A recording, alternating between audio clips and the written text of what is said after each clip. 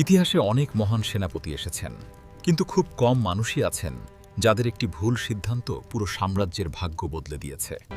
Napoleon Bonaparte, একসময় যার নাম শুনে পুরো ইউরোপ কাঁপত।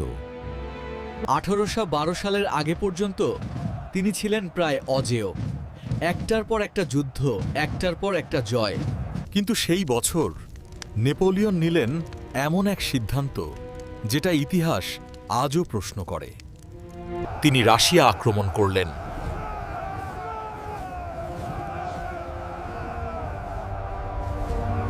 নেপোলিয়ন ভেবেছিলেন এই যুদ্ধ আগের মতোই সহজ হবে, কিন্তু তিনি একটি বিষয় ভুলে যেতেন, ছিলেন রাশিয়ার ভয়ঙ্কর শীত। রুশ সেনারা পিছু হটে, তাদের নিজস্ব শহর এবং খাবার পুড়িয়ে দেয়।